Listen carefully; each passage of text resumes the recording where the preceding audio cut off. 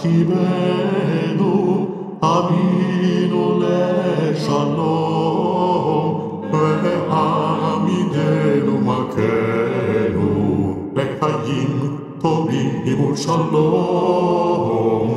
ופרוס עלינו סוכת שלומך, ותקננו מלכנו, בניצה טובה מלפניך,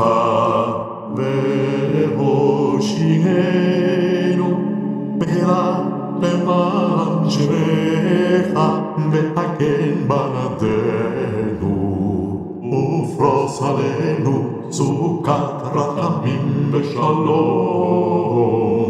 ברוך אתה אדוני הפורס סוכת שלום עלינו, ועל כל עמו ישראל ועל ירושלים, אמן.